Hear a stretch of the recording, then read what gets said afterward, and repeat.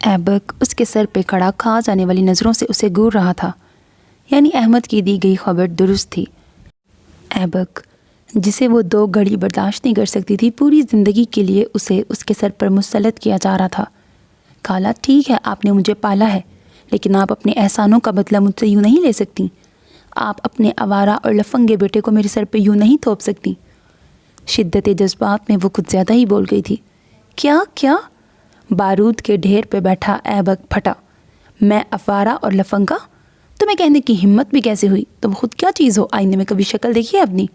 بہت دفعہ تم سے 1000 گنا اچھی ہوں۔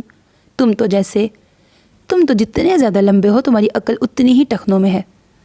نباہ نے اسے اوپر سے نیچے تک دیکھ کر استہزائیہ کہا۔ موم؟ ایبک روحان سا ہو گیا۔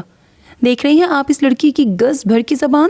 میں نے نہیں کرنی اس سے شادی، اور خالہ میری طرف سے بھی انکار ہے، ورنہ میں خودکشی کر لوں گی، یاد رکھیے گا۔ نباہ نے انگلی اٹھا کر دھمکی دی۔ طاہرہ سر پکڑے بیٹھی تھی۔ تم دونوں، انہوں نے باری باری دونوں کی طرف اشارہ کیا، اپنا اپنا انکار اپنے باپ اور تایا تک پہنچاؤ، جو ٹھیک 10 دن بعد تمہاری باقاعدہ منگنی کا پروگرام بنائے بیٹھے ہیں۔ میرے سامنے شور کرنے کا کوئی فائدہ نہیں ہے۔ بلاخر بلی تھیلے سے پوری کی پوری باہر آ گئی تھی۔